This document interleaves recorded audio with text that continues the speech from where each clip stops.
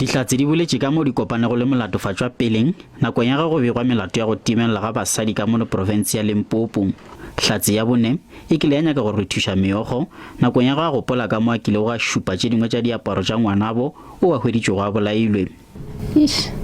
Koreng the time ke phaphatse ka kua memori wa ka o bile wa boya hospitanyana e ke thobonana lutse le reng di thagile then ka go ka renga no fenta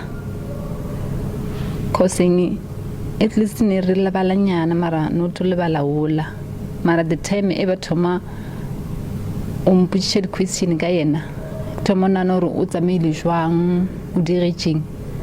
pelo ka ka kwele bothoko kudu. Dihlatse tše dingwe di boletše ka mo molatofatša o ile go gafetša malapeng a bathupja ba gagwe go tšea tše dingwe tša dithoto tša bona ba re Dube e batho ba basadi ka go ba tshepiša mošomo. Dihlatse di boletše gape gore ba kgonne go šupa Dube nakong ya ge maphodisa a mo golegile ge le baemedi ba Dube a ganeditše gore Dube wa amega mo melatong ye mo ba re go pharwa ka melato ya sa e tsebego. Ke Mahlatse Phaladi wa ditaba tša SABC Polokwane.